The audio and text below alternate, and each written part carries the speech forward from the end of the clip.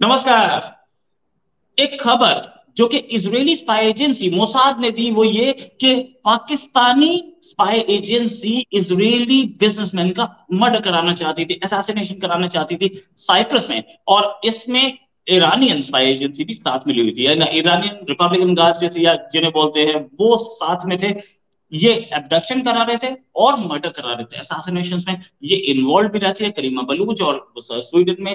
यहाँ पे हमें दिखा है अहमद वकास गुराया को मर्डर कराने के लिए भी किसी को भेजा था। ये पाकिस्तान इंटरनेशनली जो ये मर्डर रैकेट चला रहा है, इसके पीछे गेम क्या है, इसे बात करने के लिए हमारे साथ डॉक्टर अभिषेक मिश्रा। अभी नाम के आगे डॉक्टर लिखा नहीं है, इन्होंने लिखा होना चाहिए था, मैं कर दूंगा। वैसे ये डॉक्टर अभिषेक मिश्रा है, एनालिस्ट हैं और ये कई कंट्रीज में रह करके वहां पर अध्ययन कर चुके हैं। अब वापस भारत माता की सेवा में है, दिल्ली में नहीं, इंडिया में है। और अभिषेक जी, बहुत बहुत स्वागत है आपका हमारे शो में। डॉक्टर साहब, पहली चीज ये कि ये पाकिस्तानी एजेंसीज ये ओवरसीज असैसिनेशन का जो वो चला रही हैं, इन्होंने अपने ही एक अफ्रीका में अपने ही एक जर्नलिस्ट का मर्डर कराया। अब मोसाद ने बता दिया कि ये असैसिनेशन का रिंग चला रहे हैं। ये इतना ये करते क्या है पूरे वर्ल्ड में? अच्छा देखिए, ये क्या करते हैं ये तो हम बाद में डिस्कस करेंगे रोहित दादा। ये बताइए ये करते क्यों हैं? इनका क्या लेना देना है यहूदियों से? इजराइल एक पाकिस्तान का आदमी जो है वो किस यहूदी के कांटेक्ट में आएगा जो उसने उसका कुछ बिगाड़ा होगा? भाई जैसे अगर आप भारत के अगेंस्ट में कुछ करें तो भाई समझ में आता है हमारा आपका डिस्प्यूट है और आप कश्मीर लेना चाहते हो और ये करो, तो चलो आपने पढ़ा दिया सारे पाकिस्तानियों को कि भारत और जो भारतीय कल्चर है और सिस्टम है ये लोग गंदे हैं। यहूदियों के लिए भी यही पढ़ा दिया। This country has only only hatred for everyone. इनके पास खाली नफरत की दुकान है। ये इसको नफरत करेंगे, उसको नफरत करेंगे, इसको मारेंगे, उसको मारेंगे, और तो ये कुछ कर नहीं सकते। तो अब आप ये बताइए कि ये मैंने ये पहले भी पढ़ा था कि ग्रीक में भी ये ऐसे करते हुए पकड़े गए थे। ये 4 पाकिस्तानी बच्चे लड़के पकड़े गए थे, वो किसी यहूदी को मारने गए थे। आप बॉम्बे में देखिए 26/11 में मैं इंडियन हूं, मैं बॉम्बे कम से कम 4-5 बार जा चुका था वो 26/11 के इंसिडेंट कहने से पहले। दादा मुझे नहीं पता था कि वहां कोई छबाड हाउस है जिसमें यहूदी रहते हैं। इनको ये बात पता थी और 26/11 के जो असैसिन्स आए थे उसमें से 2 स्पेशली छबाड हाउस में भेजे गए। आपको पता होगा। और सबसे ज्यादा लंबा जो वो चला रेस्क्यू मिशन वो छबाड हाउस का ही चला था, जिसमें कि वर्टिकल वो एनएसजी को उतरना पड़ा था वो लेकर के, एयर सहारा लेकर के, और फिर वो गए थे उसमें उन्होंने बस्ट किया था। मतलब सोचिए कि 4 लोग, ये 4 या 6 लोग जितने भी आए थे मुझे याद नहीं है, उसमें से 2 स्पेशली छबाड हाउस के लिए। उनका वो कहा छबाड हाउस में नंबर ऑफ जो कैजुअलिटी थी वो ज्यादा नहीं हो सकती थी। अगर आपको कश्मीर के लिए आपने ये भेजे थे तो ये छबाड हाउस से यहूदियों का क्या लेना देना था कश्मीर के डिस्प्यूट से? राइट। तो आप सोचिए कि किस लेवल पे ये जा चुके हैं नफरत के। इन्होंने अपने यहाँ नफरतों को इतना बढ़ा दिया है दादा कि ये तो अगर रेनेसा से भी गुजरे तो इनको 2-2 साल लगेंगे। अभी कल मेरे एक परिचित के हैं, मैं जानता हूं उनको, कादियानी है, उन्होंने ये मुझे मैसेज भेजा था दादा कि पाकिस्तान में कादियानों के घर के आगे पुलिस घूम रही थी ताकि वो बेचारे ईद ना सेलिब्रेट कर ले। सोचिए जरा ये कहां जा चुके हैं, ये किस किस जगह जा चुके हैं ये। और उसके बाद तो मोसाद ने किया, अब इसका ये उसके बाद ये जाएंगे आईएमएफ से पैसे मांगने। यही एक कंस्ट्रक्शन है। आपने एक स्टेट एजेंसी को जिसका काम है कि मुल्क की दिफा करना, आपने उसको रेंट आउट कर दिया है एज असैसिन ग्रुप। आपने और वैगनर में अंतर क्या रहा? प्राइवेट मिलिट्री ग्रुप जो है उससे तो आप तो उससे भी वर्स्ट हो गए हो। राइट। तो आप अगर ये और ये आपका, अब आप इसके बाद कहोगे कि नॉन स्टेट एक्टर्स हैं ये, आर दे नॉन स्टेट? अब तो इन्होंने तो सीधा आईएसआई का नाम ले लिया। सो ये this country is really a migraine for international community. सिर्फ हिंदुस्तान के लिए नहीं है, ये सबके लिए सर दर्द है भाई। कोई सुरक्षित नहीं है इनसे। क्या इमरान खान सही बोलते हैं कि जो हो रहा है, मेरा असैसिनेशन हो सकता है और मुझे मरवाया जा सकता है और बहुत सारे मेरे लोगों को मरवाया? क्या इसका मतलब जिस तरीके का हमें दिख रहा है इनका रैकेट, ये फॉरेन में भी मर्डर करा सकते हैं और करवा ही रहे हैं, तो करवा ही रहे वैसे हैं। अभी वो इमरान खान की लाइफ को तो बिल्कुल सही खतरा है।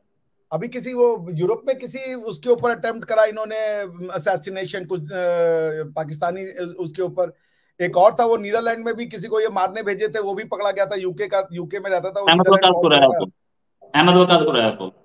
तो ये तो कब से कर रहे हैं, ये इसको मार दो उसको मार दो, यही कर रहे हैं। कोई जो इनके समझ में नहीं आ रही बात उसको मार दो, ये इनका सोल्यूशन है। भाई सारी दुनिया ने इस तरीके की हरकतें करनी बंद कर रखी हैं। इवन रशिया नहीं कर रहा भाई। रशिया ने भी येवगनी को बोला कि तुम चले जाओ बेलारूस में जाके रह लो, उसने भी नहीं ये असैसिनेशन वाली पॉलिसी छोड़ रखी है ये भाई। और उसके बाद दादा ये सोचिए, ये इनकी जो है ये स्टेट एजेंसी कर रही है, they have rented there state out for these kind of assassination और जिसे कह लीजिए प्राइवेट एक्टिविटी। और ये उसके बाद ये भी क्लेम करेंगे कि हमारे यहाँ पे ये पैसे नहीं देते हैं हमें इकोनॉमी चलाने के लिए। आपकी वो जो है बंदा, वो तो बिजनेसमैन है। तो आप ये इमरान खान की असैसिनेशन, भाई पाकिस्तान की कंट्री और पाकिस्तान की क्रिकेट टीम दोनों के लिए एक ही वर्ड है, अनप्रिडिक्टेबल। ये जिम्बाब्वे से भी हार सकते हैं और ये जाकर के ऑस्ट्रेलिया को भी हरा सकते हैं, दोनों वाला। तो जो क्वेश्चन आपका ये है कि क्या इमरान खान के ऊपर असैसिनेशन अटेम्प्ट हो सकता है, भाई कोई कुछ नहीं कह सकता, बड़े से बड़ा एनालिस्ट कोई नहीं कह सकता। आप ये बात की क्या गारंटी लेंगे कि कल को पाकिस्तान में जो न्यूक्लियर बम के ऊपर बैठा हुआ होगा आदमी, वो हिंदुस्तान के लिए नहीं दबाएगा? इसकी कोई गारंटी नहीं ले सकता। नो वन ऑन ये क्वेश्चन ये नहीं है कि इमरान खान को मारे जाएंगे कि नहीं मारे जाएंगे। क्वेश्चन ये है कि कल को अगर कोई रूग आदमी बैठ के बन जाता है इनका प्रेसिडेंट या प्राइम मिनिस्टर या जो भी है, हेड ऑफ द मिलिट्री और आर्मी और जो भी, आप और हम इसकी गारंटी ले सकते हैं कि वो हिंदुस्तान के अगेंस्ट में टैक्टिकल या स्ट्रेटेजिक न्यूक्लियर वॉरहेड का यूज नहीं करेगा? इसकी गारंटी है कोई गारंटी नहीं है इसकी। क्योंकि नफरत इतनी बढ़ दी है इन्होंने, इतनी नफरत भर दी है कि आप उस सोसाइटी को पीछे ले जाने के लिए भी बहुत हिम्मत करनी पड़ेगी, बड़ा खून खराबा होगा। क्योंकि इन्होंने इतना सेंसिटिव बनाया हुआ है लोगों को कि उस घाव पे उंगली रखने के लिए लोग डरते हैं कि भाई इसका रिएक्शन क्या आएगा जब आप उस घाव पे उंगली रखेंगे। तो आंसर नहीं पता मुझे। कल को इमरान खान मर सकते हैं, शहबाज शरीफ मारा जा सकते हैं। आप ये देखिए ना, जब ये हो रहा था दादा, क्या नाम है, चार्ली एब्डो वाला सीन हुआ था, चार्ली एब्डो के सीन में क्या हुआ, इन्होंने जो है पाकिस्तान में फ्रांस के जो वो थे एम्बेसडर के अगेंस्ट में पूरा का पूरा वो शुरू किया यूरोप को प्रेशराइज करने के लिए और दिखाने के लिए इस्लाम आलम इस्लाम को कि हम कितने बड़े इस्लाम के चैंपियन हैं। उसके बाद जिसको ये लेकर के आया उस रिजवी को, अंत में जब इनको देखा कि सिचुएशन हाथ से निकल रही है, क्योंकि फिर इनको लगा कि भाई यूरोपियन यूनियन तो हमें वो स्पेशल स्टेटस देता है, हमारी जो गुड्स होते हैं उसको बिना किसी टैरिफ के अपने यहाँ आने देता है और हम उससे काफी पैसा कमाते हैं। और उसके बाद जब इन्होंने उसको कहा रिजवी को कि भाई अब इसको वाइंड अप करो, वो वाइंड अप करने को नहीं तैयार था, तो दे गॉट रिजवी लूज्ड। रिजवी की हत्या कर दी थी अगर आपको पता हो, और वो बोला कि वो कोरोना में शहीद हो गए। भाई कोई डिस्पेंसेबल नहीं है, they are so unpredictable because वो एक प्रॉब्लम क्रिएट करते हैं और फिर उस प्रॉब्लम का चूंकि सोल्यूशन इनके पास नहीं होता तो उसका सोल्यूशन इनके पास है कि उस आदमी को ही मार दो। That is the only solution, कि मार दो तो सोल्यूशन खत्म हो जाएगा, ये प्रॉब्लम खत्म हो जाएगा, ये इनकी सोच है। तो कोई नहीं जानता भाई, आप देख लेना, वो अगर साद रिजवी जैसे आदमी को, जो कि तहरीके लब्बैक का इतना बड़ा वो बानी था, हेड था, उसको इन्होंने यूं खत्म किया। क्योंकि जब इनको समझ में आया कि ये पीछे नहीं हटेंगे, ये जो फ्रांस के अगेंस्ट में जो चूंकि इनको बाद में इस्लामिक कंट्री से भी आया हुआ कि भाई बंद करो इसको, इतना रिएक्शन तो हमने नहीं दिया जितना रिएक्शन तुम दे रहे हो। तो उसके बाद उसको रैप अप करने का इनके पास, क्योंकि जनता तो रोड पे आ चुकी थी और जनता की जो इमोशन थे उसको इन्होंने एकदम अराउज कर दिया था। वो आदमी भी बैठने को तैयार नहीं था, बिकॉज कि एवरीवन वाज एंजॉयिंग कि इतनी बड़ी भीड़ है, हमारे कहने पे कुछ भी करने को तैयार है, कौन इस पावर को नहीं एंजॉय करेगा। अल्टीमेटली हुआ क्या, they had to cut him loose, बेचारे उसकी वो हुई। यही ये करते हैं, तो कोई नहीं जानता भाई। दिस कंट्री सो अनप्रेडिक्टेबल और दिस इज आवर नाइटमेयर की ये हमारे नेबर में है। आप नहीं गारंटी कर सकते कल को कोई आदमी बैठेगा इनके प्राइम मिनिस्टरशिप पे और वो उस न्यूक्लियर बटन को नहीं दबाएगा in case of any India Pakistan conflict. सही बात है, सही बात है। और ऊपर से इन लोगों का अपनी भी प्रॉब्लम्स हैं, अपनी प्रॉब्लम्स के लिए ये दूसरे बटन दबाते रहते हैं। ये क्या आईएसआई एक किलिंग फैक्ट्री बन चुकी है, क्या मर्डर्स की फैक्ट्री बन चुकी है? जिस तरीके से हमें अहमद वकास गुराया का आपने एक किस्सा बताया कि नीदरलैंड्स तक पहुंचा था आदमी, वो तो किस्मत थी कि अहमद वकास गुराया के केस में नीदरलैंड्स की जो पुलिस थी वो थोड़ी सतर्क थी, उसने डिटेक्ट किया और ब्रिटेन को बता दिया, बाद में ब्रिटेन में अरेस्ट हो गया। अदरवाइज तो ये मर्डर हो ही चुका था, चाकू वाकू उसने सब कुछ खरीद लिया था। तो क्या ये किलिंग फैक्ट्री बन चुकी है और इस आईएसआई को कंट्रोल कोई क्यों नहीं करना चाह रहा है?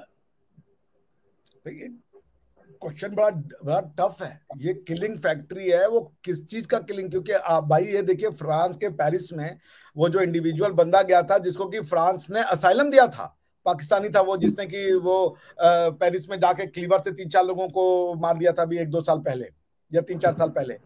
भाई किलिंग फैक्ट्री ये सिर्फ इंस्टीट्यूशन ही नहीं है, killing factory even in society में आपको नहीं पता कौन किस नेचर का है, कौन कब आपके साथ क्या व्यवहार करेगा। You have absolutely no clue कि किस बात पे उसको बुरा लग जाए और फिर वो सेंसिटिव हो जाए और फिर उसके पास एक ही सोल्यूशन है। भाई ये बात तो इनको ये ऐसे ही थोड़े इंटरनेशनल कम्युनिटी कह रही है कि they are migrant to the international community, और ये अपनी कमियां नहीं बताते हैं, इनको सारी कमियां दूसरों में कॉन्स्पिरेसी थ्योरी, भारत जो करा रहा है, फॉल्स फ्लैग ऑपरेशन हो रहा है, कारगिल हमने नहीं किया, 1948 हमने नहीं किया, उसके बाद बांग्लादेश में हमारे साथ कॉन्स्पिरेसी हो गई। यार एक कम्युनिटी जो अपनी गलती ही नहीं मानना चाहती, जो सामने वाले में कीड़ा लगाती है, हर प्रॉब्लम का सोल्यूशन उसके पास कॉन्स्पिरेसी थ्योरी है कि लोग कर रहे हैं और हमारा नाम लगा दे रहे हैं, आप उस कम्युनिटी को क्या कहेंगे? There is no corrective measures. The country and the people of the country are not ready to look into, not ready to introspect. ना तो वो रेट्रोस्पेक्ट कर रहे हैं, ना तो इंट्रोस्पेक्ट कर रहे हैं, ना तो वो प्रोस्पेक्ट कर रहे हैं। और वो दूसरों में, वो इंडिया में क्या कमी है इसके बताने में वो बिजी है, या यहूदियों में क्या कमी है इसको बताने में वो बिजी है। इंडिया कभी एक कंट्री नहीं थी, ये उनके तो दानिश्वर ये किताब लिख रहे हैं। फॉर गॉड सेक यार, is that your pressing problem? Is that the urgency that you need to write a book on that? कि ये लिखो यार कि क्या, जो कम से कम जॉन लॉक तो बनो। क्या गवर्नमेंट का रिलीजन से कोई रिलेशनशिप हो सकता है? Is it not a time that Pakistan should get rid of what it started with? ये किताबें लिखो यार, तुम ये किताबें लिख रहे हो कि भारत कभी राष्ट्र था कि नहीं था। अरे जो भी था, भारत चल रहा है भाई। अपने अंदर झांकने की जगह इनके दानिश्वर दूसरों जगह जा रहे, जो किताबें लिखनी चाहिए वो कोई लिख ही नहीं रहा है। The community is devoid of basic sense, और ये डरी हुई सोसाइटी हो गई है, लोग डरे हुए हैं भाई अंदर कि भाई हम कुछ बोले ना बोले क्या हो जाए कब, because every dissent results into dilution, you're diluted। बस मैं एक सीनियर जर्नलिस्ट से बात कर रहा था, पाकिस्तान की मैडम थी, वो मैडम, मैंने उनसे ये बोला कि आप मुझे ये बता दो कि जो सलमान तासीर का मर्डर हुआ इसी ब्लास्फेमी लॉ, सलमान तासीर भी आपके हीरो हैं और मर्डर करने वाला भी आपका हीरो है, तो ये बताएंगे कौन हीरो है आपका? तो बोली किसने बताया आपको कि सलमान तासीर हीरो है? वो तो कभी हीरो था ही नहीं। मैंने कहा यार आप एक जर्नलिस्ट हो, आप ऐसी बात बोल रहे हो कि मर्डरर हीरो है और जिसको गवर्नर बनाया वो हीरो नहीं है। आपने गवर्नर बनाया क्यों था फिर उसे? सोचने वाली बात है भाई, जो गवर्नर हो वो काबिल आदमी तो होता है, और काबिल था इसीलिए बनाया गया था। वो मैडम सीधे आना कर दिया। ऐसी जिहादी माइंडसेट जर्नलिस्ट के दिमाग में परकुलेट कर चुका है, इस तरीके की सोसाइटी। मैं फाइनल क्वेश्चन आपसे लेना चाहूंगा कि डू यू थिंक, आपको लगता है कि ये इंटरनल कोलैप्स हो रहा है पाकिस्तान का, कितने टाइम में ये पाकिस्तान 4 टुकड़ों में हो सकता है? ये टुकड़ों में बात करने वाली बात, मुझे लग रहा है ये ब्लैक होल समझते दादा, जब एक स्टार जो है वो कोलैप्स करता है, उसका सारा का सारा वेट एक सेंट्रल पॉइंट पर जाता है तो ब्लैक होल क्रिएट कर देता है वो स्पेस में। पाकिस्तान 4 टुकड़ों में नहीं बचेगा। पॉइंट ये कि क्या आपको ये लगता है कि पाकिस्तान की जैसी जो एक हार्ड कोर रिलीजियस लाइन पे चल रहे हैं, ये सोसाइटी उनकी सिर्फ पंजाब में है और ये पंजाब पख्तूनख्वा और इसका डिवीजन करने से ये बेहतर हो जाएंगे? भाई ये माइंडसेट बहुत हद तक गुजर चुका है।